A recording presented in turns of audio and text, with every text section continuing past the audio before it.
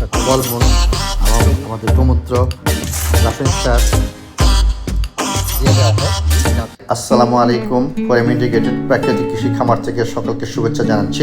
আজ থেকে শুরু করলাম ধারাবাহিকভাবে কয়েকটি পর্বে আমরা বলবো আমরা কেন প্রাকৃতিক কৃষি করব এবং প্রাকৃতিক কৃষিতে আমাদের কি লাভ হবে, আমাদের আদৌ কি কোনো লাভ হবে কি। প্রাকৃতিক কৃষি বলতে আমরা কি বুঝবো? কেমিক্যাল সার, কীটনাশক বাদ দিয়ে ফসল উৎপাদন প্রক্রিয়াকে প্রাকৃতিক কৃষি বোঝায়। বাগান থেকেই বা খামার থেকেই, প্রকৃতি থেকেই পুরাতন লতা পাতা, ঘাস, দুর্বা ইত্যাদি খামারের লালিত পালিত হাঁস, মুরগির বিষ্ঠ এবং গবাদি পশুর গোবর গাছের পুনরায় খাবার তৈরিতে ব্যবহার করা হয়।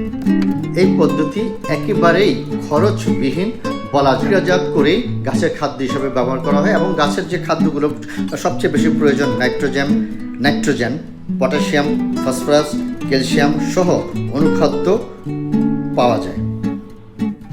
আমরা কেন রাসায়নিক সার ব্যবহার করব না এই বিষয়ে আমরা একটু দেখে নিই।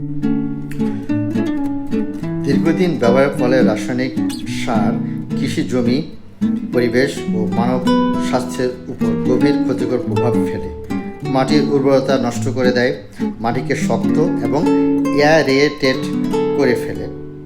ফলে মাটির জল ধারণ ক্ষমতা হ্রাস পায়, মাটিতে অর্গানিক ম্যাটার ও হিউমাসের পরিমাণ কমে যায়, মাটির জীবাণু ও অণুজীব মাইক্রো অর্গানিজম মারা যায়। পরিবেশ দূষণ করে রাসায়নিক সারের অবশিষ্টাংশ শাকসবজি, ফল, ফসলের মাধ্যমে মানবদেহে প্রবেশ করে।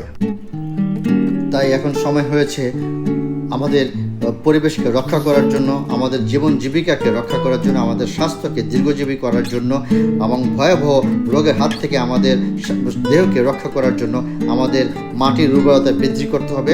পুনরায় আমাদের সেই প্রাকৃতিক ট্র্যাডিশনাল বা আল্লাহ প্রদত্ত, মহান আল্লাহ পাক সৃষ্টিকর্তা প্রদত্ত যে পদ্ধতি ছিল, যে প্রাকৃতিক উপায়ে চাষাবাদ করে ফল ফসল উৎপাদন করা, তাতে খরচ একেবারেই নেই। কারণ আমাদের মহান সৃষ্টিকর্তা সব কিছু প্রকৃতিতে দিয়ে দিয়েছেন, সমস্ত উপাদানের খাদ্য তিনি তৈরি করে দিয়েছেন। কাজেই আমাদের সেই পদ্ধতিতে গেলে আমাদের যেমন উৎপাদন খরচ একেবারে কমে যাবে, আমাদের স্বাস্থ্য, মাটির স্বাস্থ্য, জীবন জীবিকার বৈচিত্র্য পুনরায় ফিরে আসবে।